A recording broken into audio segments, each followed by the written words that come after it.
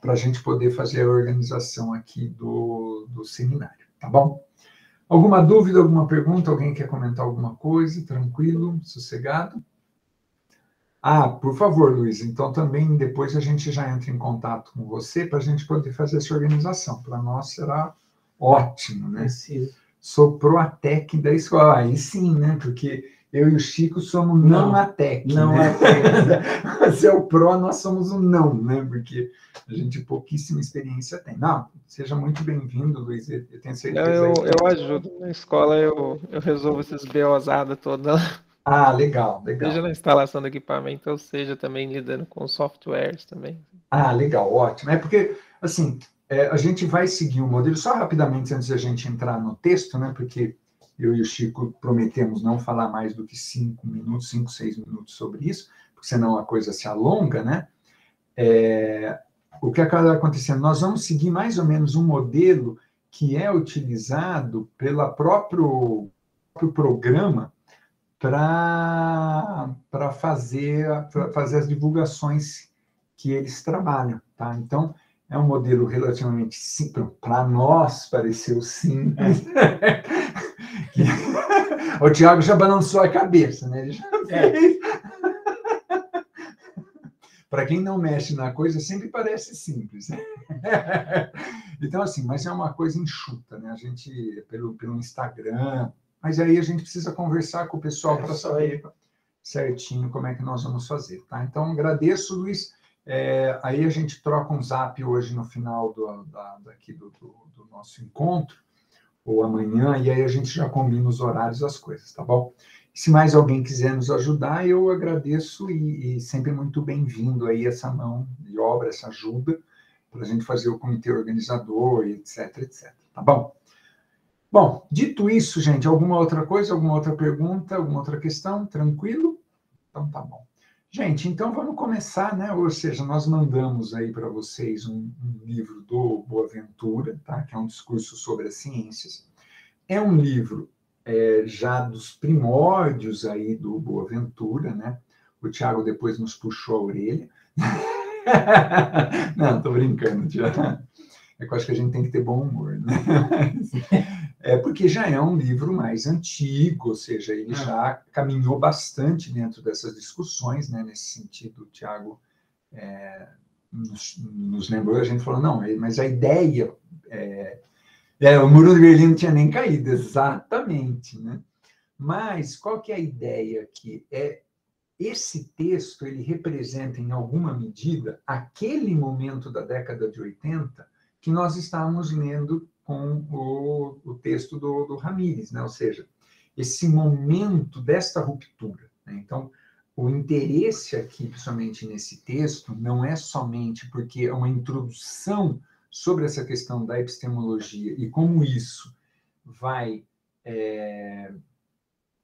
criar as bases aí, assentar o caminho aí para o desenvolvimento posterior daquilo que nós vamos chamar aí das epistemologias do Sul. Tá? Então, é um texto, como eu já falei, inicial, pré-Muro de Berlim, como o Tiago bem nos lembrou, né? Ou seja, ele é de 85, né? Se eu não me engano, a primeira... uma conferência, aí, um texto, uma versão ampliada da conferência que ele ofereceu em 85, 86, e a publicação aí em 87. Então, é um texto antigo, mas que já demonstra ou aponta aí os problemas que o Ramírez já tinha nos apresentado anteriormente, né? Ou seja, essa questão aí de uma crítica a essas estruturas epistemológicas como nós as compreendemos, né? Então, nós solicitamos aí para que tivéssemos aí voluntários, né? E aí o Tiago, o Diogo e o Luiz aí se prontificaram, se não me falha a memória, né? Para falar um pouco aí sobre esses três capítulos, né? Se nós podemos chamar assim, né? Da obra do Boaventura. Tá? Alguém quer comentar alguma coisa? Quanto está custando? O que o Diogo escreveu? O Diogo escreveu aqui surgiu alguma coisa. cujo livro físico é caro pra caramba. Eu não sei. Tá. Isso Beleza. tudo, Bom, Diogo, porque eu tô com uma edição física do livro aqui, eu quero sentar. entendi. Não, perfeito. Tá tentando o quê? O que o Thiago falou? Quer tentar o quê? Vender? Não queria ostentar esse livro aqui, não. Não, mas, cara, tá muito caro. Aí, 230 pau, cara.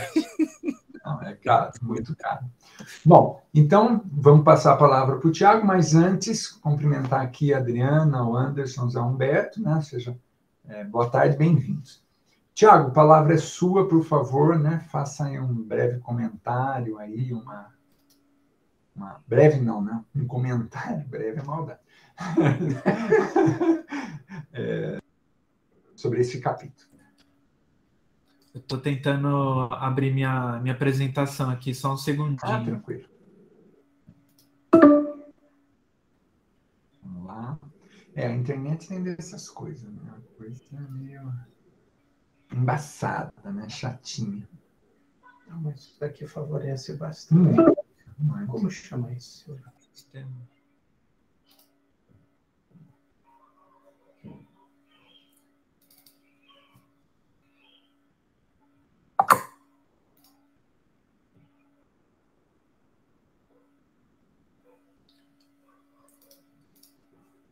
Tô vendo que eu vou ter que sair e voltar rapidinho. Tranquilo, Thiago, pode sair e voltar, não tem problema. Enquanto o Thiago saiu e voltou, a gente conta piada, né? Não. Bom, gente, só voltando a falar, essa questão aqui do Boaventura, né? Ou seja, é interessante exatamente por conta desses aspectos, né? Para introduzir o debate sobre essa questão. E tem outra coisa nesse livro que eu acho que nós somos diferentes no grupo, então nós temos tanto pessoas, né, que já têm uma leitura desse autor, que já leram inclusive esse livro, né, que tem que já teve, né, que já estudou esse autor efetivamente. Mas nós temos gente no grupo que não, né? Então eu acho interessante, né? No fundo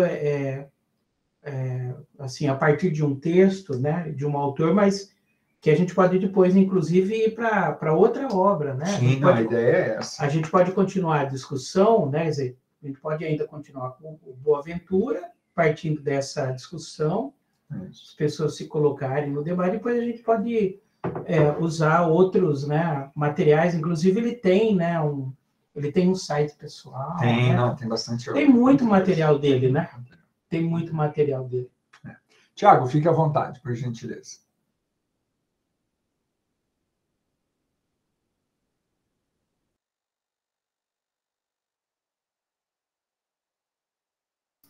Tá dando para ler? Sim, tá dando para ler. Tava testando aqui, eu acho que agora tá apresentando, né? Tá apresentando, Tiago. Você é Mega Blaster.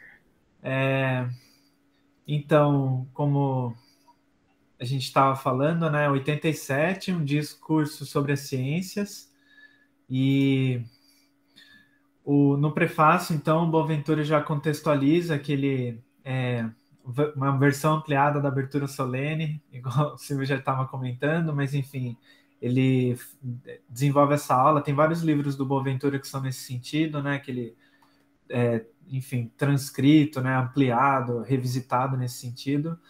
E no prefácio, então, ele já declara, deixa determinado ali que ele está defendendo uma posição epistemológica antipositivista.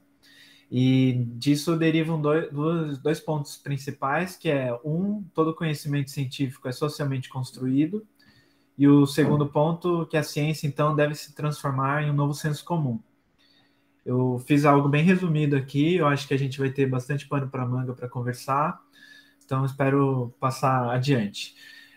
Então, na introdução, ele primeiro apresenta esse contexto, né, mais um clima social das ciências, vamos dizer assim. Ele chama, então, de perda da confiança epistemológica.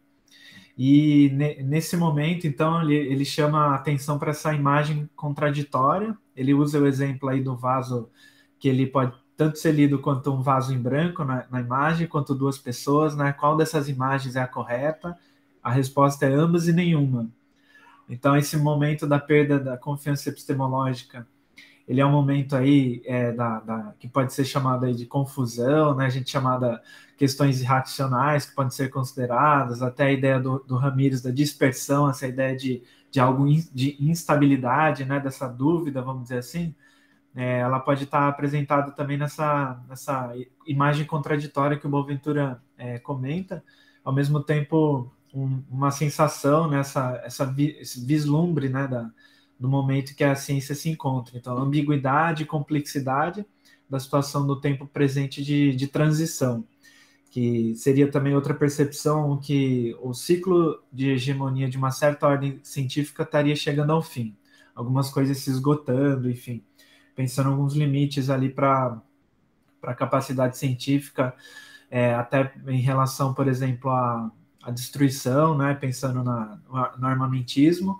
Então, a ideia de que o século XXI ele termina antes de começar, ou por outro lado, por uma perspectiva mais otimista, entre aspas, né, seria então que o século XX começa antes de começar, a tecnologia se desenvolve e, enfim, se complementa, né, se transforma numa velocidade tamanha.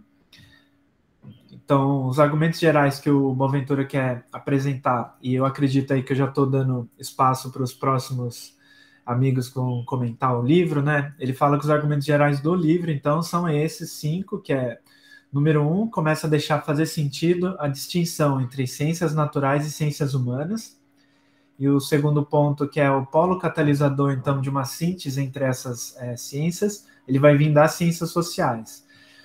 Ao mesmo tempo, também, as ciências sociais vão ter de recusar todas as formas de positivismo lógico ou empírico, com a consequente revalorização desse campo ampliado que ele chama de humanidades. E também, por outro lado, a síntese, quando ele chama, né, a síntese entre essas ciências, ele não quer chamar atenção para uma ciência que seja unificada, uma teoria geral. Mas, de novo, no exemplo do Ramírez, né, pensando na ideia enfim, das redes, um conjunto de galerias temáticas é o termo que o Boaventura usa. No quinto ponto, ele supõe, né, projeta essa ideia de que a distinção hierárquica entre conhecimento científico e vulgar vai tender a desaparecer, e a prática, então, vai ser o saber e o dizer da filosofia da prática. Boaventura sempre faz uns jogos de palavras, né, ele tem esse lado poeta também na veia e na escrita. Então, o paradigma dominante, que é o primeiro capítulo, o Boaventura começa falando de um ponto mais histórico, que ele chama a atenção que o modelo de racionalidade ele se constitui a partir do século XVII, com a Revolução Científica, e ele vai se desenvolvendo inicialmente no domínio das ciências naturais. Só a partir do século XIX, então, que o modelo ele acaba se estendendo às ciências sociais emergentes, que ele chama atenção para isso também, né? E o modelo de racionalidade, nesse entendimento histórico, é uma racionalidade que admite uma variedade interna, mas ela se diferencia ainda. Então, ela mantém um critério de demarcação bastante claro em relação a outros conhecimentos que, por serem considerados não científicos, eles também podem ser abordados aí como irracionais, enfim, que seria, então, por um lado, o senso comum e, por outro, as humanidades.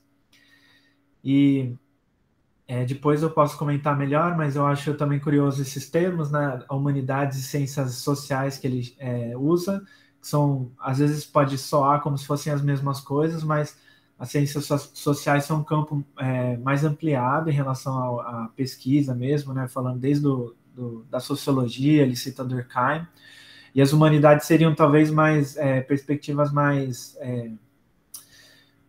especificadas. Ele chama a atenção para o direito jurídico como uma delas, enfim, vários posicionamentos mais divididos. Então, o paradigma dominante, antes dele ser dominante, ele... eu estou fazendo brincadeira aí com os títulos justamente para ir pensando, então, no contexto que a gente vai discutir adiante, né? Então, o paradigma dominante a gente olha a partir do momento que ele está dominando, né? Mas no histórico dele, ele está se desenvolvendo, e o comentário do Boaventura que ele chama a atenção é que existe um momento, então, de conquista de uma confiança epistemológica, né? O que está junto com isso é uma criação de uma nova visão de mundo, uma visão da vida, e ela estava muito forte também uma presença desse engajamento e luta contra um dogmatismo e autoridade, que seria, enfim, desde o conhecimento, principalmente aquele muito próximo, né, da religião, a gente sabe aí dos exemplos do Galileu e do Copérnico. Então, no momento histórico, há uma diferenciação, então, dessa tradição anterior, que seria do saber tanto aristotélico quanto medieval. Ambos pontos, né? No primeiro, o paradigma, então, que está se desenvolvendo, né? Ele desconfia sistematicamente da experiência imediata. E também, por outro lado, ele procura e mantém uma separação total entre natureza e ser humano. São dois comentários que Boaventura chama atenção aí para diferenciar, então, tanto do saber aristotélico quanto do medieval, né? Que essas perspectivas talvez não estivessem sendo tratadas com esse mesmo olhar, mas, enfim, ele vai se distanciando, vai se consolidando enquanto um outro tipo de pensamento. E esse último parágrafo também é um comentário que eu achei interessante para destacar, que sendo um modelo global, então, essa nova racionalidade científica, ela pode ser considerada totalitária porque ela nega o caráter racional dos outros pensamentos, que são aqueles, né, que eu comentei anteriormente, tanto o senso comum quanto as humanidades naquele momento anterior. Então, o paradigma dominante, o Boaventura vai trazendo comentários dos autores, né? Eu acho isso interessante, e daí eu brinquei que são os acusados nessa perspectiva que o Boaventura declara desde o começo, que é uma ideia de uma ciência antipositivista, né? Então, eu estou brincando que eles são os acusados. Mas só para mostrar um pouquinho a ideia da confiança epistemológica, né? Qual é o discurso que eles carregavam. O Kepler, o Boaventura cita esse ponto, né? O meu livro, então, pode esperar muitos séculos pelo seu leitor, que até Deus já teve de esperar 6.000 anos para que eles pudessem contemplar meu trabalho, né? O trabalho de Deus. E o Descartes, com extrema satisfação, o progresso que julgo ter feito em busca da verdade, de conceber tais esperanças para o futuro. Se entre as ocupações do homem alguma há que seja solidamente boa e importante, ouso crer que é aquela que escolhi. Então tem toda uma perspectiva bem... enfim, era o desbravamento aí da racionalidade, saber qual era o horizonte, as utopias, né? A gente está muito ligado com esse tipo com o paradigma que está sendo colocado aí, que está sendo construído, né? Nessa leitura histórica. E daí, ao mesmo tempo, e usando o exemplo do Descartes, o Boaventura chama atenção, então, para o surgimento, né, e a relevância, a importância que a matemática tem nesse primeiro momento aí, desse paradigma que estava se consolidando. Com Descartes, então, há uma prioridade da metafísica, e as ideias matemáticas, que é a questão metafísica, ela está mais ligada com essa ideia mais geral, né, essas leis gerais, para não confundir com metafísica, enfim, outras, né, metafísicas mais consolidadas. Mas nesse sentido, o Boaventura então fala que as ideias matemáticas, elas são, no contexto do Descartes, tanto instrumentos de análise, as ideias matemáticas também são lógica da investigação e também são modelo de representação da própria estrutura da matéria. Então, como se fosse a matemática, ela estaria em todo canto, enfim, até a gente vai ver mais adiante que isso volta no século XX, né? Um outro tipo de leitura, né, dessa perspectiva. E nesse contexto, então, do Descartes, existe, então, uma natureza causal, né, uma perspectiva mais da construção do conhecimento, então, da causalidade, né, que eles estão buscando, entendendo essa causalidade para poder formular leis que vão, então, poder dar base, né, dar condição para fazer um movimento que o Boaventura chama de, então, de previsão do comportamento do futuro dos fenômenos e também possibilitar a intervenção ao real, né? Então, está muito ligado aí com uma ideia até de utilitarismo, né, que eu vou colocar adiante. Essa lei, então, ela baseada na distinção arbitrária entre condições iniciais e leis da natureza em busca de isolamento das condições iniciais. o que significaria isso? Então, que o mesmo resultado vai sempre se repetir, entendido a ideia de um pressuposto, a ideia das leis gerais que são, enfim, cíclicas, né, pensando...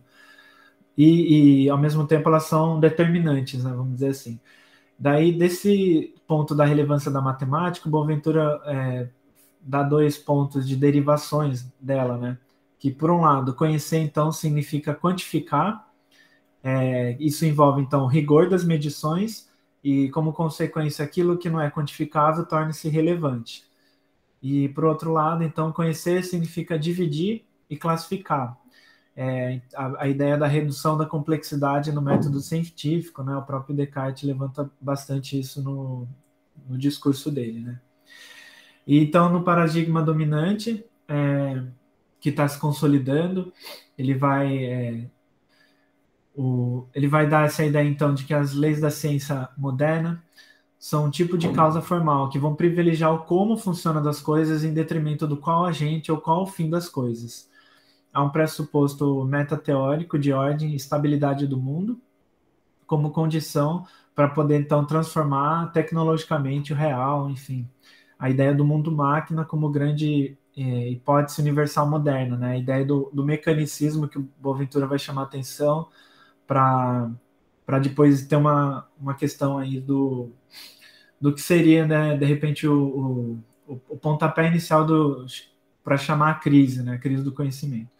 O pensamento, então, ele é utilitário e é funcional, que está buscando o domínio e a transformação das coisas nesse contexto. Aí, pensando, eu usei os termos ordem para progredir de propósito também, né, depois do 7 de setembro que a gente teve, para lembrar as fontes aí das ideologias que estão sendo apresentadas. Então, o paradigma dominante, mais alguns acusados aí, bem entre aspas, que o Boaventura comenta. O Francis Bacon fala, então, da plasticidade da natureza. Tem uma frase que o Boaventura cita que é, então, a ciência fará da pessoa humana o senhor e possuidor da natureza. O Vico também, ele vai pensar, então, que as leis que governam deterministicamente a evolução das sociedades torna possível prever os resultados das ações coletivas. E o Montesquieu também, o Boaventura comenta para pensar, então, algo que vai depois desembocar na sociologia do direito, que é pensar a relação entre leis do sistema jurídico, que são as leis humanas, e as leis da natureza, que são as inescapáveis.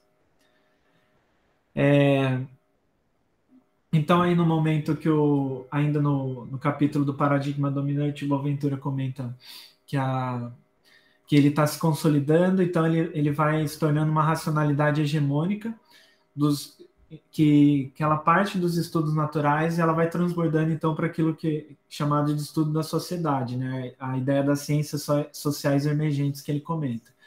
Então, aí a ideia que faz virar essa chave, né, de um polo para outro, então, é que é possível descobrir leis da sociedade também, não só as leis naturais, a gente, então, consegue usar esse tipo de conhecimento para entender essa outra lógica, né, esse outro sistema, enfim, a sociedade como um todo. E daí, nesse contexto, então, só há 2 formas de conhecimento científico, que é ou o texto da lógica e da matemática, ou as ciências empíricas, que geram daí 2 vertentes do modelo mecanicista. Que seria a vertente de que é possível aplicar os mesmos princípios epistemológicos do estudo na natureza ao estudo da sociedade, então é utilizar a mesma forma de pensamento, enfim, todo sentido até metodológico, né? A ideia do quantificável que eu comentei anteriormente, ou a outra vertente do modelo mecanicista, que seria, então, em busca de uma reivindicação de um estatuto epistemológico próprio para as ciências sociais. Então, pensar uma outra diferenciação, né? Não pensar metodologicamente a partir daquele entendimento, aquele funcionamento mais lógico, mais, enfim, igual como as leis da natureza, mas pensar nesse outro estatuto epistemológico que ainda não tinha sido encontrado, né? Mas reivindicando a busca de um. Então, a primeira variante ela é entendida nesse sentido de um modelo universal e, ao mesmo tempo, é o único válido.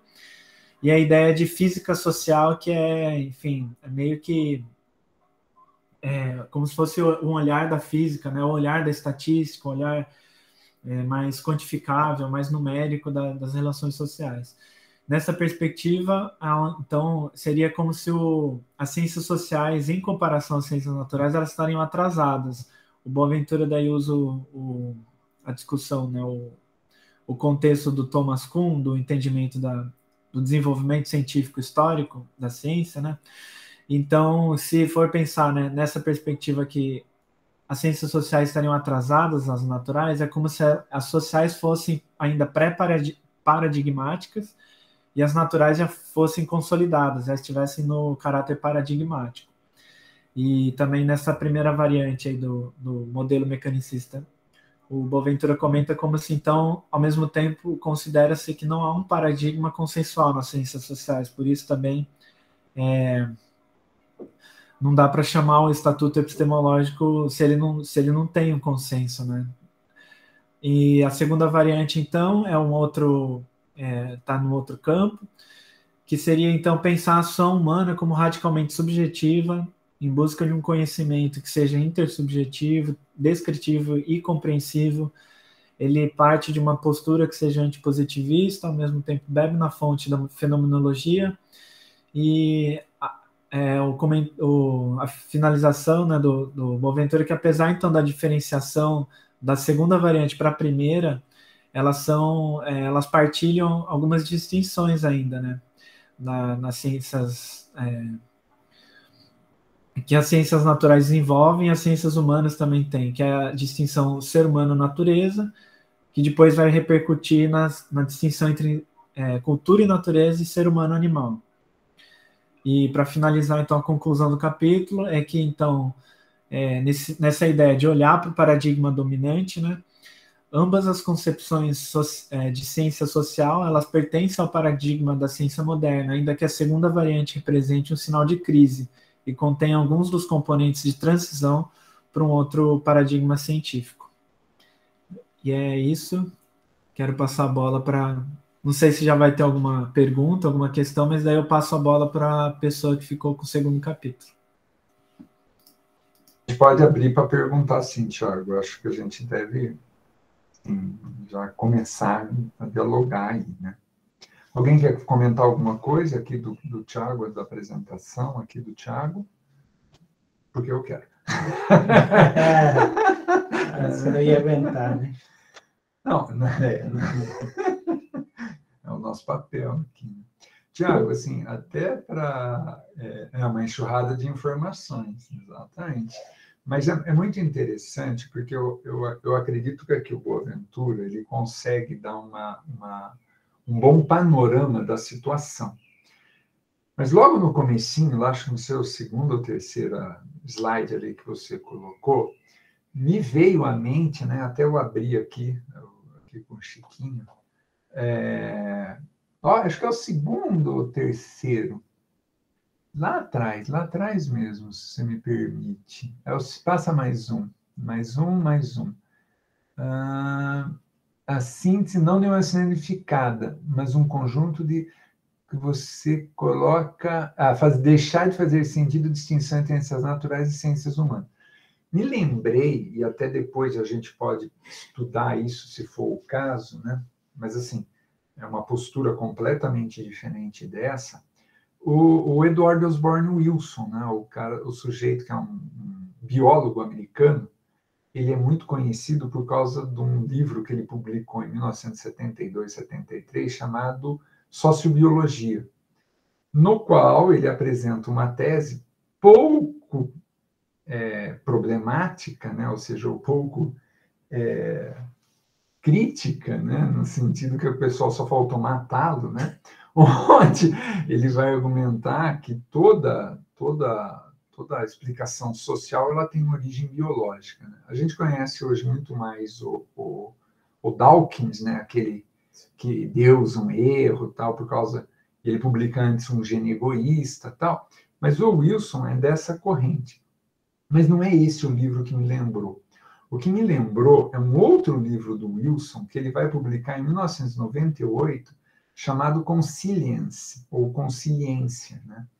que tem em português traduzido, e que ele faz uma tese, em alguma medida, semelhante a essa ou seja, esse ponto aqui que o Boaventura está colocando, dessa de deixar fazer sentido a distinção entre ciências naturais e ciências humanas.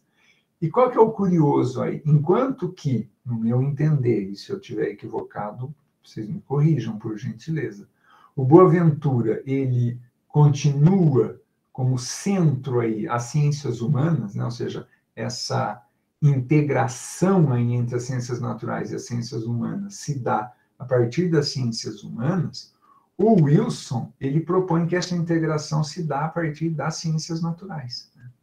Então, assim, não sei se alguém já leu aqui esse livro, né? Obviamente, não preciso nem comentar que ele é execrado, né, por pessoal das humanas, de modo geral, na hora que você fala do Wilson. E é muito engraçado, se você ler a entrevista dele, ele fala que várias vezes que ele foi em congressos nos Estados Unidos, ou ia dar palestra, ele era recebido com ovada, tomatada, era uma coisa assim, bem animada, né? Porque, óbvio, a gente sabe onde é que isso termina, muitas vezes terminou, né? Então, é uma tese, assim, um pouco, para ser simpático, complicado, né? Mas é interessante para a gente entender, ou seja, já que nós estamos num grupo de estudos e de debates, né?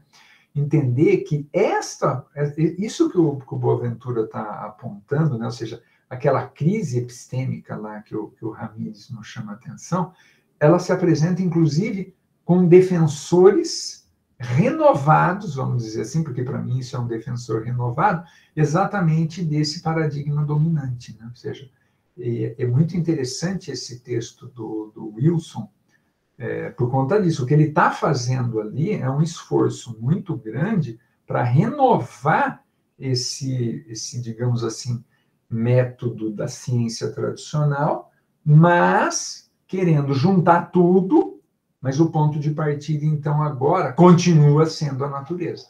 Então, é muito interessante, né? Por isso que é importante a gente entender esse momento histórico. Fala, Chico. Você está rindo aqui. O Chico vai se tornar um sócio-evolucionista. Eu não sei se vocês conhecem esse texto, né? Ou seja, ele foi traduzido aqui para o português também. Eu não tenho aqui em casa. Eu tenho, acho que é ele em inglês, que deve estar em algum canto. Não sei aonde. Há muitos anos que eu não leio, não pego para ler. Mas é interessante, a hora que você estava falando, falou assim, putz, senti, eu falei assim, já sei, o Wilson faz a mesma proposta, eu me lembrei isso, né? Mas eu gostei e é isso, né? Ou seja, nós estamos num momento aí de transição. Mas diga, Thiago. Eu quero comentar esse ponto, Silvio, que essa ideia de distinção, se a gente for ver no século XX, ou melhor ainda, no XXI, tem todo esse outro debate, e parece que essas frases, quando ainda não tinha caído o Muro de Berlim, elas soam meio estranhas, né? Porque eu vejo uma relação, por exemplo, de vários autores da sociologia mesmo, ou da ciência, da sociologia da ciência também, vamos dizer assim, que eles dão muito mais agora relevância para os objetos não humanos, né? Ou vamos chamar sujeitos não humanos. E essa ideia, então, de ciências naturais e ciências humanas, parece que também tem outro tipo de inversão desse entendimento nesse contexto, né? Sim. E o Bruno Latour também, que é outro autor que eu estou tentando dialogar, ele fala muito em retornar ao positivismo, e olha que isso também gera bastante questões, mas ele fala de retornar ao positivismo, principalmente pelo caráter de evitar a prescrição e aumentar o caráter da descrição. Então, tem toda essa questão, né? Já que o Boaventura, nesse livro, fala logo de começo, né, que ele é antipositivista, o que ele está propondo. Sim. É engraçado como outros autores que me parecem que têm pontos de intersecção, eles estão falando ao contrário, né? Estão falando outros argumentos, mas ambos estão indo para o mesmo caminho da situação da crise, né? Exato. Eu acho importante chamar a atenção para esse ponto, né, Tiago? Assim, fica muito claro que há um problema, ponto. Qual vai ser a solução a esse problema que assim, essas diferentes linhas, essas diferentes vertentes, né? Então, ou seja, você tem sujeitos aí, como o Latour, defendendo um positivismo, um retorno ao positivismo, você tem sujeitos como o Wilson, propondo uma nova forma do positivismo, e aqui, quando eu fui lembrar aqui do Consilience, achei um texto que foi apresentado num encontro de ciências sociais na Unpox, rapidamente, ou seja, não li, ok? Mas só o título eu falei, também. O Richard Rorty, né, que é um filósofo pragmático americano, neopragmatismo, também está propondo uma releitura da ciência e uma unificação da ciência, né? Só que aí também num viés mais aí das ciências humanas, mas das ciências humanas entendido como o pragmatismo entende essas ciências humanas, né? Então, é interessante nós percebemos que esse debate ele não é um debate que está fechado, né? Ou seja, embora nós tenhamos algumas correntes que têm mais forças em alguns lugares, né? Ou seja, em algumas estruturas, não é uma situação fechada, né? Luiz, por gentileza. Oi. Oi. Eu fiquei inquieto com essa questão, eu até marquei aqui, na página 70, no finalzinho, no capítulo do Tiago, ele fala: a superação da dicotomia ciências naturais e ciências não sociais tende, assim, a revalorizar os estudos humanísticos. Uhum. E aí ele fala que a parte das ciências humanas, elas também têm que passar por uma profunda transformação. Uhum. Quando eu estudo história da arte, por exemplo, e vou me inquietar com as questões da arte, principalmente de literatura, eu vejo, sim, os artistas emanarem inquietações da sociedade. Sim. E o que eu mais vejo hoje, atualmente, é as pessoas irem beber das fontes das ciências naturais para tentarem justificar suas atividades. Quando o Boaventura fala que o processo, de repente, é inverso, eu fiquei com uma pulga atrás da orelha. Porque eu falei, não vejo isso acontecer, entendeu? Eu entendo que se você olhar o lado criativo da área de humanas, seja na parte de linguagem ou parte de comunicação, realmente ela é muito rica e ela tem soluções que são diversas e até metafísicas em relação às ciências a ciência para o paradigma dominante, ciências clássicas. Sim. Mas eu não sei o que tanto ele está vendo ali, que ele está enxergando que aquilo lá, de repente, é muito maior em termos de contribuir para a ciência, sabe? Se você me permite, Luiz, até só Claro. um comentário, né?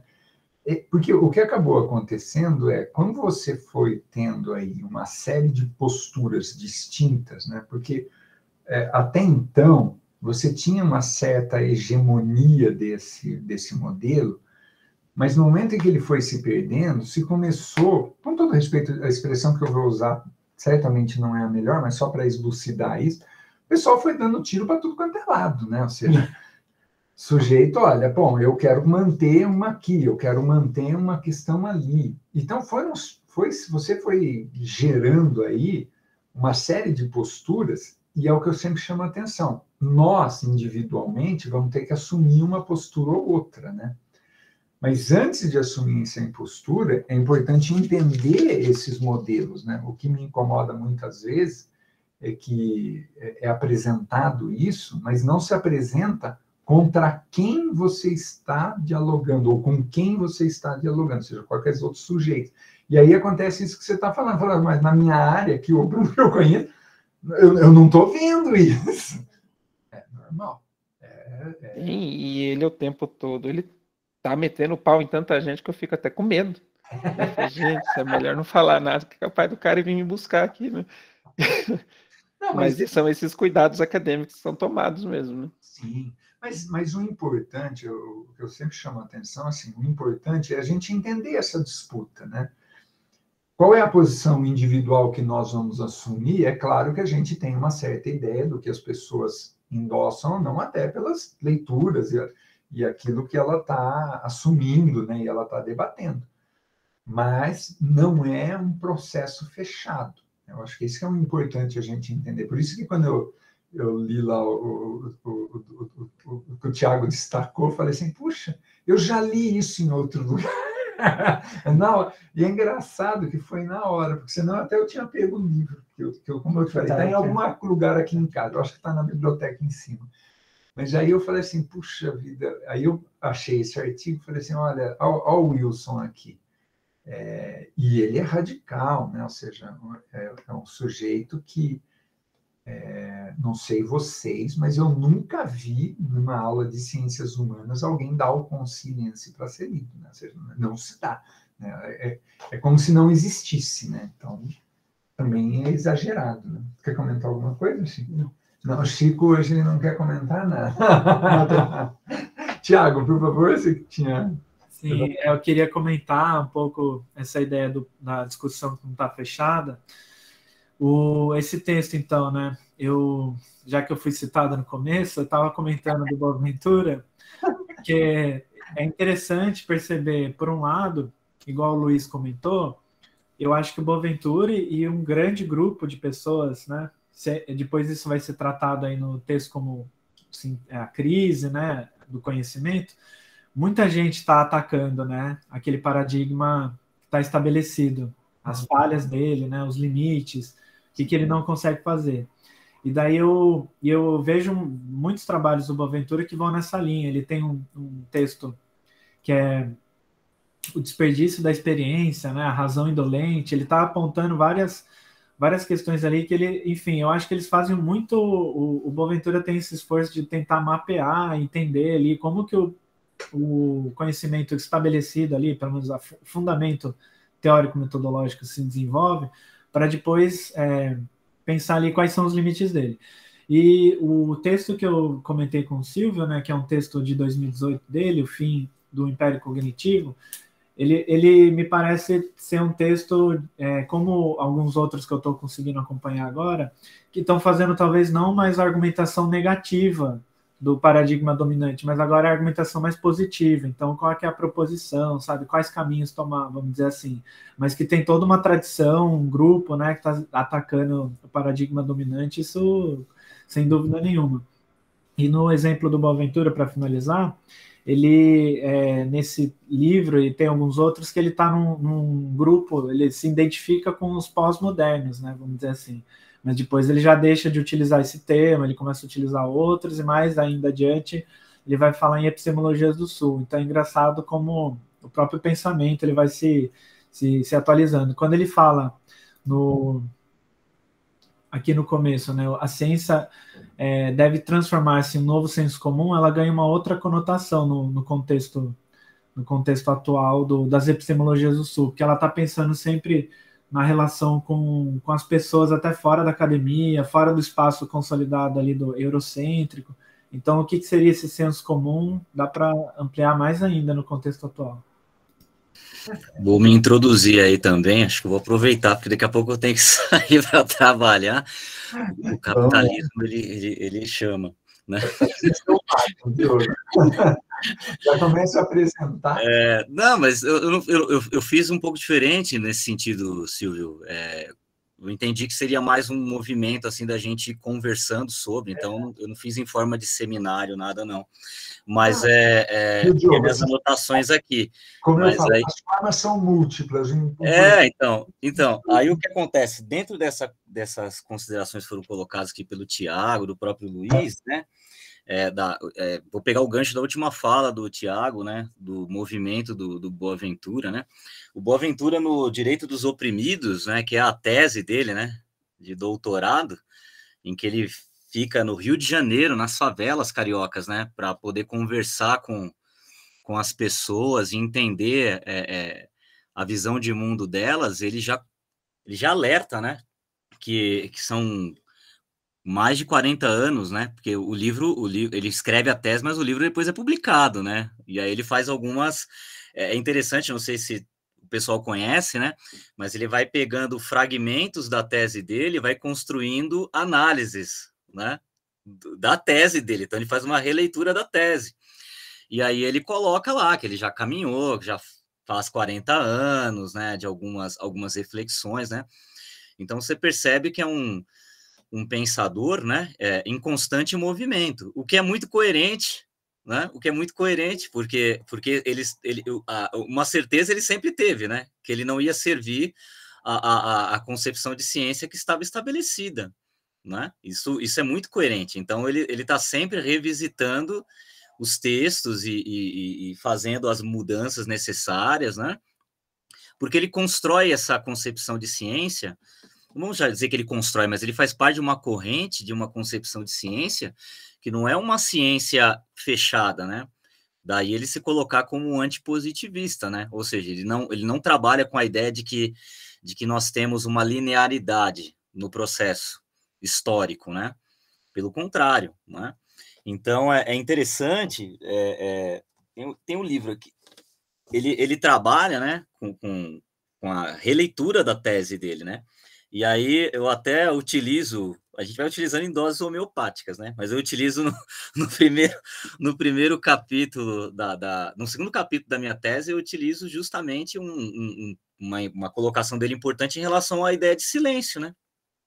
Então, o silêncio também diz muito. Por que eu estou colocando isso aqui na roda, né, para a gente pensar, né?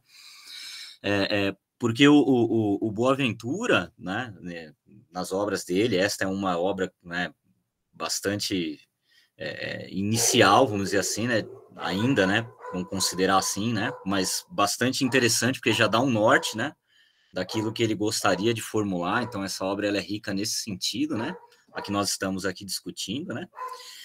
Ele deixa bem claro, por exemplo, vocês devem ter observado na página 44, né, um trecho em que, grosso modo, ele diz assim, né, que a impossibilidade de encontrar dentro de um dado sistema formal a prova de sua consistência vieram o que foi feito para reduzir o erro de uma das mediações e aumenta o erro da outra, né? Então, assim, se a gente parar para observar, né, o jogo de perspectiva, né, de observação do real, né, uma vez que ele coloca aqui a interpretação do real, e grosso modo, vamos dizer assim, é aquilo que nós conhecemos do real, aquilo que nós atribuímos a ele, né? Então, é evidente que aí passa muito pela visão que nós temos, inclusive, de ciências, né? E aí, fazendo a leitura do texto, numa reflexão, eu penso que, por exemplo, nós chamávamos de planeta o que hoje já se descobriu não sendo, né? Da mesma forma como nós não presumimos a existência de alguma coisa que existe porque nós não conhecemos, né? Então, o que ele está colocando aí com as suas visões, que inclusive ele fecha o segundo capítulo, como o Thiago bem colocou, né? De uma forma bem poética, né? Ele faz toda uma construção praticamente de ficção de Júlio Werner ali para fechar, né? Aí eu falo, nossa, agora ele tá, né? Como o Silvio costuma dizer, sopa de letrinha, né? Aí eu falei, não, legal, bacana, a ideia já tá passada, né? O segundo capítulo termina assim de uma forma bem estranha, eu diria, né? Porque... mas feito essa colocação, que eu quero dizer o seguinte: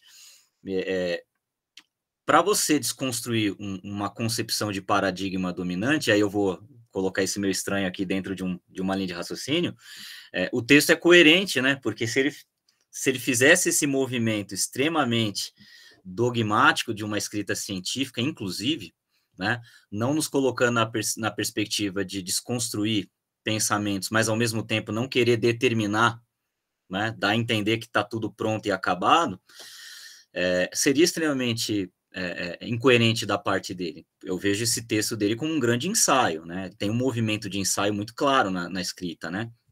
E daí depois a gente comenta mais algumas coisas, mas só em cima do que o Thiago tinha colocado, no que ele trouxe, inclusive da apresentação, ele ali já coloca claramente, a partir da teoria das estruturas dissipativas, né, de que nós devemos não eliminar, propriamente dito, uma tradição, porque ele nunca propôs isso, né? Mas nós podemos, né, reconsiderar alguns pontos de análise, né? Inclusive, né, de saberes, como o Thiago bem colocou aí, que são considerados vulgares, né? Porque, na verdade, esses saberes vulgares, eles foram chamados de não saberes, né? Então, é uma forma diferente, que ele está propondo, junto com o grupo dele, de pensar ciência, né? Ou seja, não existia uma ciência que dê conta de tudo numa perspectiva universalizante, né? Mas numa perspectiva de que a ciência ela também é histórica, né? Ela também é fruto de relações humanas, né? nesse sentido que eu interpreto que ele considera que as ciências da natureza, elas não dão conta de tudo, mas em nenhum momento eu leio que ele diga que elas não dão conta de nada, né? Eu só queria colocar essa situação aí, né? Em nenhum momento eu li ele dizendo que elas não dão conta de nada. O que ele diz é que elas não dão conta de tudo, né? Isso fica nas entrelinhas dos textos dele, né?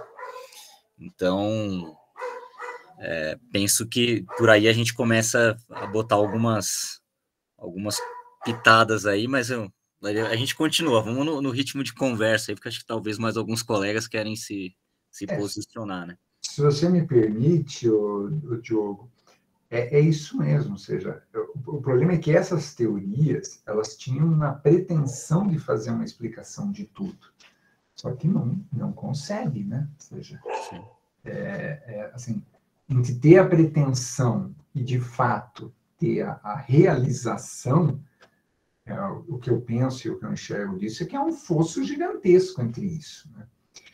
E aí abre espaço exatamente para você ter outros modelos teóricos explicativos, né? Ou seja, nesse sentido, eu sou muito... eu concordo muito com o Feyerabend, né? Agora, uma posição pessoal minha, né? Ou seja, concordo muito com o Feyerabend, né? Nenhuma teoria dá conta de tudo, em algum momento ela sempre falha, certo? Você acreditar que todas elas, que toda teoria ela dá conta, não dá. E principalmente, o que eu gosto muito dele, da observação dele, tem teorias que a gente simplesmente não vai conseguir comparar, né? Ou seja, porque isso pressupõe modelos de mundos diferentes, né? Então, eu acho que a crítica do Boaventura, ela tem sentido exatamente nessa direção, né? Não sei o que... Fala, Chico. O Chico hoje não quer falar. Mas tem que falar. Não, eu estava aqui escutando, né, principalmente o Tiago e o Diogo, desse autor, tenho escutado ao longo do tempo aqui, né, o Tiago, né, e a questão dos modelos explicativos, né, e de como que eles aparecem, eu acho que essa é uma das questões, né, que nos trazem aqui, né, porque além deste autor, né, e é uma obra vasta, o Tiago chamou a atenção, né, esse texto é um texto datado, é um texto introdutório. Introdutório, tal, mas que levanta algumas questões, né. Eu estava, enquanto o Tiago falava, enquanto o Diogo falava, eu me lembro da época que eu fui aluno da Maria Cândida Moraes, né, e da Ivani Fazenda, e de alguns aspectos que nós falamos aqui, né. Então, me parece que uma das grandes questões que estão sendo discutidas, né, eu acho que não só por esse autor, né, que nós estamos conversando hoje aqui, mas, por exemplo, das pessoas que estão na teoria da complexidade, né, exatamente assim, quais são os limites, né? Foi usado um termo, né? Eu entendi a forma como que... Eu não acho que seja... Então, assim, bem, do jeito que eu estou entendendo, eu não acho que é bem sobre ataque, né? Eu acho que... É ataque, sim. Aí vai ataque. Eu acho que um pressuposto nessa área é exatamente você ter a possibilidade de discutir os fundamentos, né? Sim. Então, eu não vejo... Eu entendi a forma que foi colocada. Eu não vejo tanto dizer assim, tá atacando, né? Eu acho que é um pressuposto, né? Você esclarecer, né? Quais são esses limites, né? Assim, quais são as possibilidades, porque a partir de um determinado modelo, paradigma, você consegue dar conta e de trazer algumas respostas. Se você muda desse modelo, desse paradigma, você já não responde alguns e responde outros, né? Eu acho que essa eu acho que é um grande desafio, né, principalmente desses autores, que a partir da segunda metade do século XX, eles vão retomar, que eu acho muito interessante, né? Então, a última coisa que vamos dizer assim, os últimos autores que eu fui pensar sobre essas questões que nós estamos falando aqui, foram os autores oriundos da complexidade, que para mim, no primeiro momento, eram muito estranhos, né? Assim, mesmo quando eu li a primeira vez, né, o Boaventura, para mim, no primeiro momento, não era de uma leitura fácil. Eu não vinha dessa leitura, eu não via dessa formação, né? Eu via de uma outra formação, claramente mais positivista, né? Você estava defendendo o seu modelo. Exatamente. Então, eu acho que é interessante, conversar sobre os modelos e as diferenças, né? Eu acho que é absolutamente necessário. Então, eu só estranhei a palavra atacar, mas eu entendi o que foi falado. Eu acho que é isso que faz com que Atacou. Tá bom. Que avance, né? Muito embora o que a gente nota muitas vezes nessa discussão é um diálogo de surdos, né? Muitas vezes. Eu concordo plenamente. Isso, Tiago e Diogo, é uma coisa que, por exemplo, sempre me pegou, né? Assim, até que ponto, né, as pessoas querem ouvir, né? Até que ponto querem perceber, querem construir um diálogo, ou se existe alguma interface. Me parece que é muito comum, por exemplo, cada um do seu lugar, né? Então, você tem, a partir de uma determinada concepção, e ponto final. Mas eu não concordo. Tá bom, então o problema é seu. Né? Pode deixar, Diogo, depois eu pego ele. Eu estou aqui agora, é fácil pegar ele. Mas que ataque, tá? Eu queria responder sobre o ataque, pedir licença para o Luiz, porque eu não vou poder ficar muito, eu tenho um compromisso daqui a pouquinho. Posso falar antes, Luiz? Pode falar. Em relação aos ataques, né? Eu queria comentar, tem uma réplica. Eu queria comentar, eu entendo também essa ideia daqueles que estão lá virtuosamente dispostos a entender, né, que todo mundo está abertura, né, para esse diálogo. Mas tem um ponto de vista aí que eu acho que o Boaventura vai trabalhar depois nas epistemologias do Sul melhor, que ele vai chamar de linha abissal, que eu acho que ela é uma forma, um exemplo de a gente pensar. Então, fora desse modelo, fora dessa territorialidade do conhecimento, o que está fora, e naqueles exemplos que eu trouxe da apresentação, se ele não é aquilo que eu considero como conhecimento, ele é não conhecimento, ele é irrelevante. Então, aquele que está fora do meu modelo, eu nem converso com ele, porque ele não existe, né? É como se fosse até chegar nessas últimas consequências. Daí eu estava brincando como um ataque, né? Falando aí dessa linha abissal, porque se você está vindo de fora, você está atacando o modelo, enfim, a gente pode considerar aí até a ideia dos círculos concêntricos, né? Mas eu estou pensando justamente, é considerado um ataque porque, na verdade, aquele que está no centro do ataque que ignora vocês e sua existência. Então, só de você existir, você já é uma aberração, você já é um absurdo para ele. Só de você falar com ele, né? Porque daí pensando as outras ideias de autoridade, né? Do conhecimento eurocêntrico como autoridade, ele fala e os outros que ouvem, né? Ninguém fala para ele. Então, também eu acho interessante pensar aí. Mas eu acho que o ataque seria mais do ponto de vista de quem está dominando. Quem está de fora talvez não esteja atacando, porque ele já é de fora mesmo.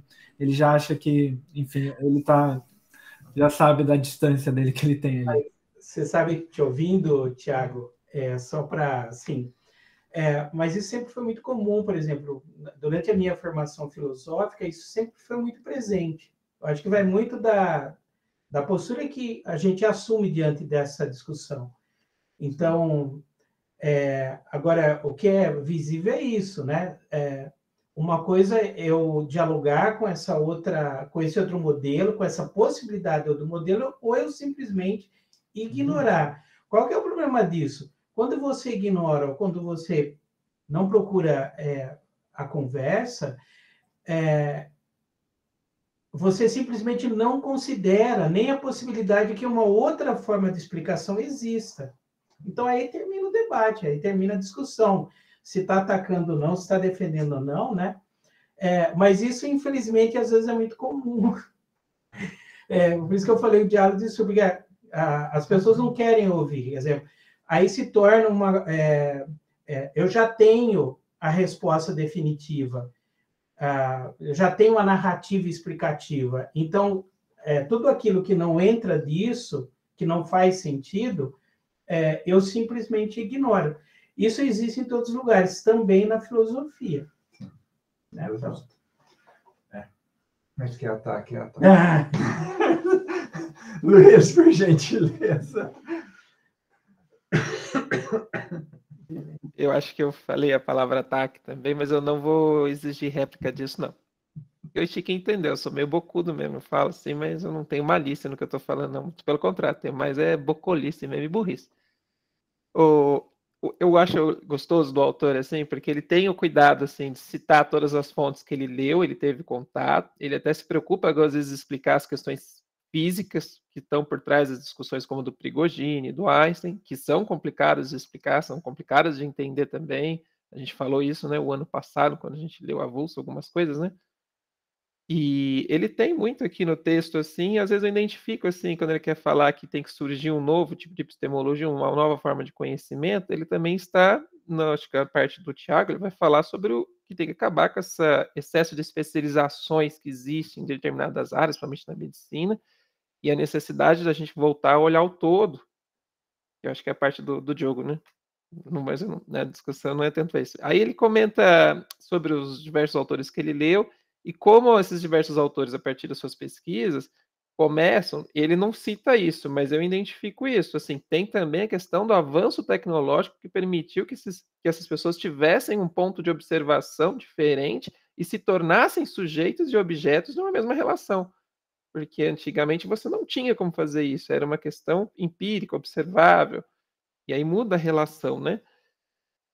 Então, ele identificando esses autores, assim, ele vai citando essas experiências dos autores, ele chega a questão que os próprios autores da ciência já tinham. Não dá para você ficar criando leis gerais sobre tudo. Dá para você criar modelos, práticas, né, teses, mas não leis que fundamentem de forma geral de como a natureza funciona.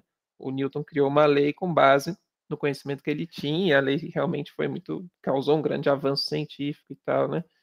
Mas hoje já não se entende mais que a gravidade é uma questão da Terra puxar a gente, talvez até do universo empurrar a gente contra a Terra, né? E esse equilíbrio que tem todo o cosmos, de olhar a totalidade e tal. Quando eu falei ataque, assim, mas é no sentido de que, realmente, se eu fosse o Newton e tivesse a oportunidade de ler, eu ia descabelar. Chiquinho acabou, né, com a nossa reunião, né? Ele atacou o ataque. Humilhou agora, a gente. Agora ele atacou o ataque. Vamos agora especializar o ataque. Mas eu queria pegar um gancho na fala do Luiz, que eu acho que é importante aí, né? De fato, né, o Boaventura ele caminha no texto, ele vai discutir essa questão da especialização, né? E é óbvio que ele está fazendo ali Luiz, ele está fazendo um ataque, né, só para usar a palavra do momento, né, o hit do momento. Então, assim, né, já que é a palavra-chave dessa nossa reunião gravada, né, escrever ataque vai aparecer essa reunião aqui do grupo. Né? Então, Chiquinho está muito na vibe do Bolsonaro. Não, brincadeira. Bolsonaro, Não, brincadeira, Chiquinho, brincadeira. E aí, jamais farei isso com você. Jamais farei esse ataque a você. Não, outra brincadeira. Né? Mas qualquer questão que se coloca aí, na hora, né, eu fui remetido ao dialética do esclarecimento, né, que é uma grande discussão, né, da escola de Frankfurt, né, do Durkheim, né, sobre essa questão, né, de nós tentarmos organizar o mundo, né, dentro dessa racionalidade, né, que aí nós vamos, né, tendo as diversas especialidades, né, especializações, enfim, e o próprio Boaventura depois vai colocar, né, isso no texto em discussão, né, ele não chega a citar nominalmente, mas ele está ali fazendo um ensaio, vamos dizer assim, da concepção de teoria do caos, né, quer dizer, você não consegue dominar, né, o mundo, né, você não consegue evitar, né, esse processo de que o mundo é movimento, né, e aí ele vai trazer a ideia de que a gente tem que discutir, que a filosofia já vem discutindo, né, embora ele seja sociólogo e coloca a questão de uma mudança da concepção do próprio cientista sobre si mesmo, né, não da causalidade, mas justamente da concepção de consequência, né, da finalidade, né, tanto é que ele busca lá primeiro o conceito de potenciato, né, toda essa questão, ele vai caminhando no texto, né, ele vai caminhando na obra, né, e vai nos colocando, né, depois numa outra situação, né, que é nós começarmos a pensar justamente a consequência, né, então aí quando a gente, né, a gente se depara nesse movimento, né, do pensamento do Boaventura nessa obra, né, quer dizer, pensou-se que, ao estabelecer uma lei geral, nós iríamos conhecer a causa, né, do próprio movimento da Terra, né, do mundo orgânico, né, mas a questão, será que é discutir a causa ainda, né? Será que agora a gente não tem que discutir outras questões que são justamente as consequências delas, né? E isso que é interessante, né, a gente perceber que existe um movimento, né? E aí, só 2 pontos, né? Na inquietude do professor Chiquinho, né?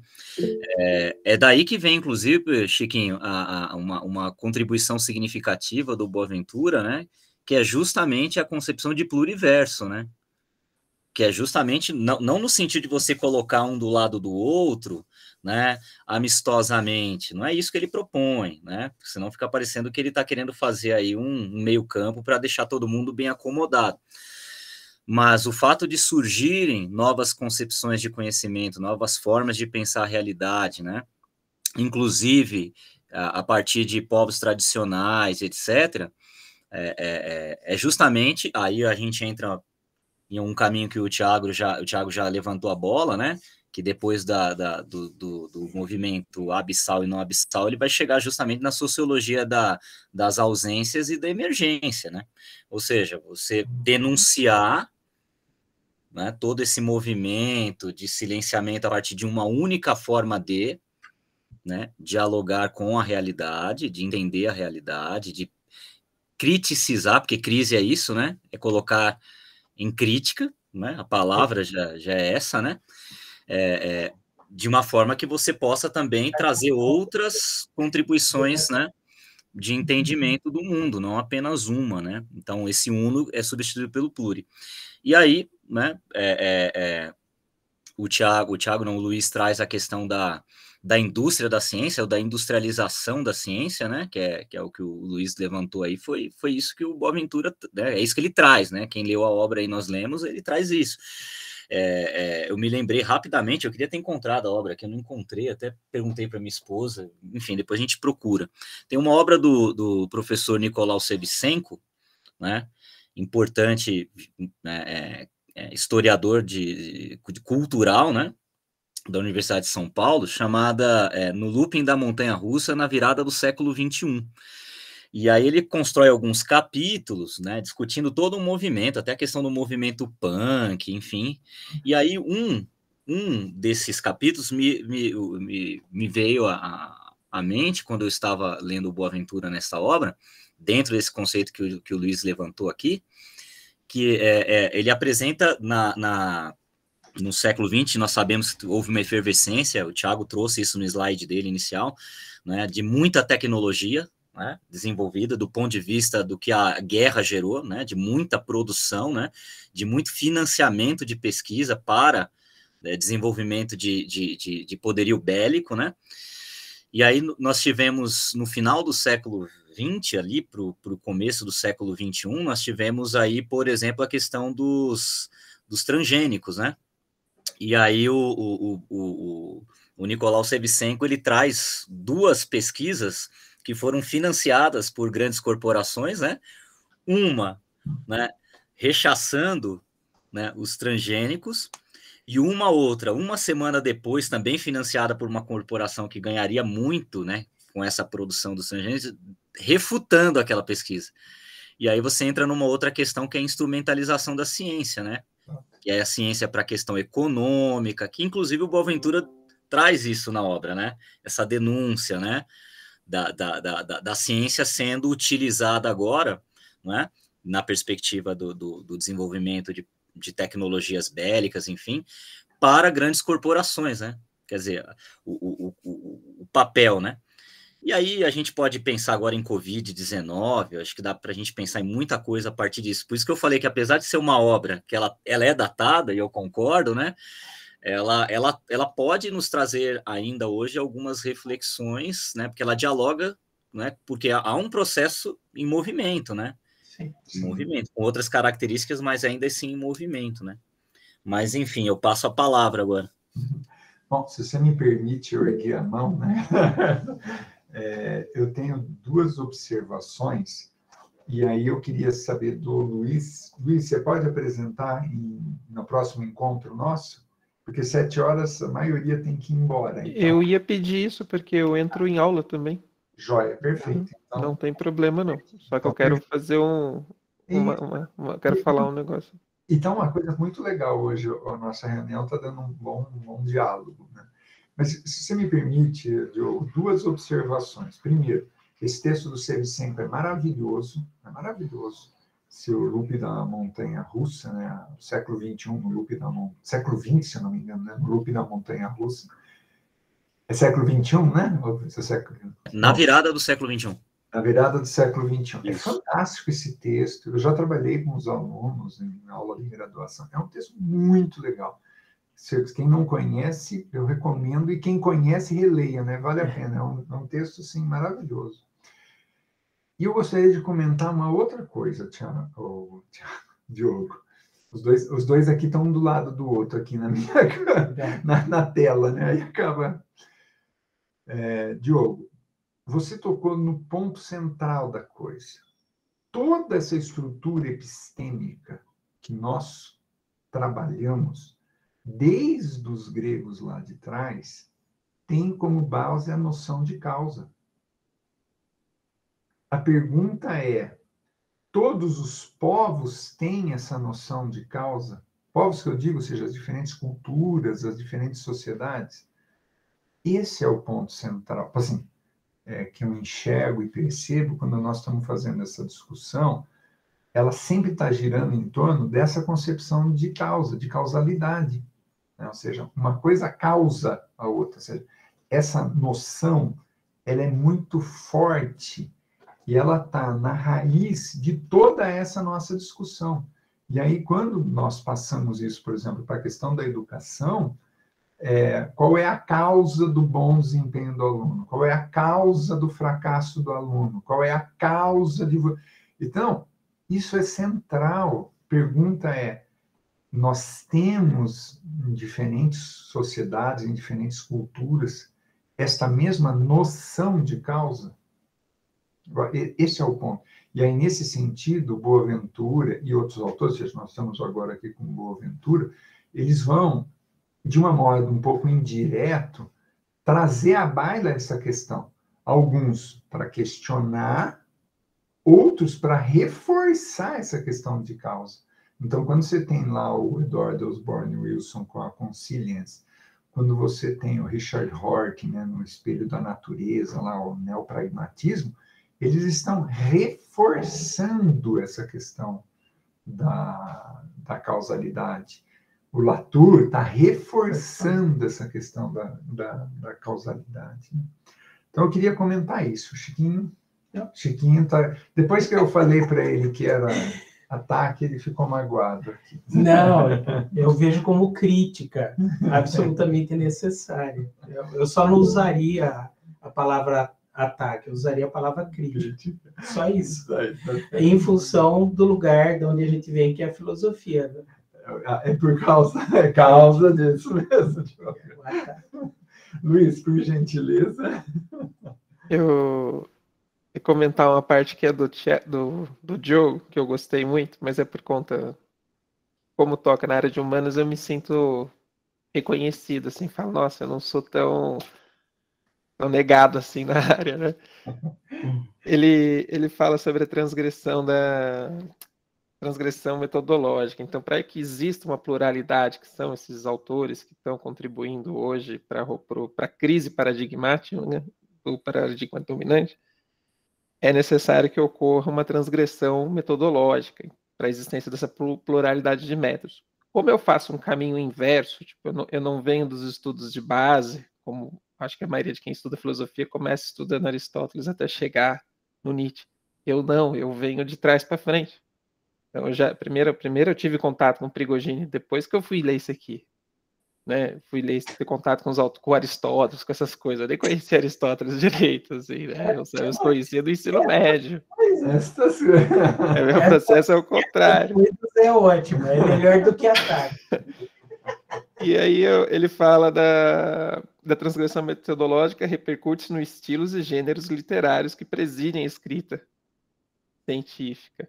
Então eu falei, poxa vida, o cara ainda a gente foi lá, ele se preocupou com o estilo, como é escrito as ciências naturais, de forma geral, e ele se preocupou ali com o estilo que é usado. Eu falei, ele está falando de literatura, né? Depois, mais adiante, ele vai se preocupar em fazer análise de como que os críticos lidam com os literários, né? Com os autores da literatura.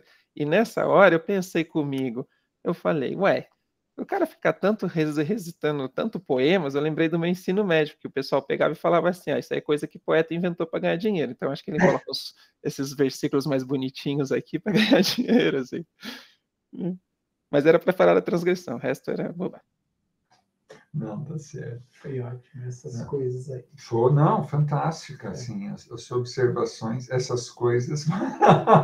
Essas coisas foi ótimo. Não, porque é importante a gente, assim, nesse debate, nessa discussão, por isso que nós temos o grupo de estudos, exatamente para a gente perceber que diferentes autores aí estão convergindo, né, para um problema, né, ou seja, que parece um pouco claro, né, ou seja, esse modelo aí começou a fazer água, literalmente, né? Ou pelo menos esse modelo mais, digamos assim, tradicional. Alguns estão tentando consertar o barco, outros estão tentando fazer um furo no barco, atacando o barco. E aí é interessante nós entendermos, dentro dessa pluralidade, dessa diversidade, essas possibilidades, ou seja, eu acho que é isso para o que o grupo foi criado, para a gente ter esse espaço de debate, mas um espaço onde a gente possa apresentar essas questões sem ninguém se sentir atacado, constrangido, mas principalmente compreender essa multiplicidade. Por isso que eu gostei demais do hoje, eu achei que foi muito bom. Chico, comente alguma coisa, que tem uns 4 minutinhos, porque o bandão tem que ir embora. Vamos lá. Tiago, fale, aí o Chico encerra aqui. Eu queria comentar uma imagem que eu já li em algum texto do Boaventura, e isso sempre volta para pensar essa perspectiva que o Silvio estava falando, né? No nosso universo, a causa, né? O nosso entendimento, a nossa cognição, ela entende que isso gera algo, né? Enfim, essa linearidade do conhecimento. E o Boaventura fala de várias perspectivas da gente tentar entender essas relações. Eu vou trazer o exemplo que ele usa da temporalidade. No temporalidade o futuro está à frente e o passado está atrás. Então, o futuro é aquilo que a gente está vislumbrando, que a gente está tentando identificar, enfim, que a gente está buscando, e o passado que a gente não olha mais, né? Enfim, está numa passagem que a gente já não está mais. E a outra temporalidade, eu não lembro agora qual cultura que ele traz de exemplo, mas o passado é aquilo que está na frente, porque é aquilo que eu observo, que eu sei que ele existe, né? Que ele existiu, que é aquilo materialmente falando. Enquanto o futuro está atrás, porque é aquilo que não aconteceu ainda, ele está como desconhecido. Então, só de pensar essas duas temporalidades como que a gente dialoga com elas, né, entre outras, né, tem temporalidades que são cíclicas, tem temporalidades outras, que o Boaventura chama, então, ao invés de falar em monocultura, né, de uma cultura só estabelecida, é pensar em ecologia de saberes, em ecologia de temporalidades, enfim, é toda uma investigação para pensar, então, como que a gente deixa de conversar entre surdos, né, igual o Chiquinho falou, mas agora a gente produz um discurso, né, produz um diálogo possível. Chiquinho, eu gostei muito dessa questão da ecologias do saber, e isso aí também dá pano para manga. Chico, encerra. Não, só agradecer, eu acho que quando eu e o Silvio pensamos nesse texto, né, pelo menos numa conversa inicial, que obviamente vai abrir outras possibilidades, eu acho que hoje mostrou, né, o tanto que ele nos instiga, ele nos desafia, então, muito interessante. A outra coisa, antes de terminar, né, Silvio, só lembrar então que nós vamos fazer na semana que vem uma reunião com aquelas pessoas que podem nos ajudar ou que se interessam, né, de estar nessa organização, né? Humberto, que a gente vai entrar em contato. Isso. Amanhã a gente manda um zap. E quem mais estiver interessado, o Luiz já se dispôs. Quem mais tiver. O Tiago já estava ajudando, né? Mas se tiver, a gente está nesse momento inicial de organização do simpósio. Tá bom? Gente, muitíssimo obrigado. Um ótimo descanso, que eu sei que agora, 7 horas, vários estão indo para a aula, né? E o Chico vai me atacar agora aqui, porque ele ficou magoado. Gente, ótimo descanso. Valeu. Foi ótimo. Tchau. Vamos parar a gravação. Tá aqui é fantástico.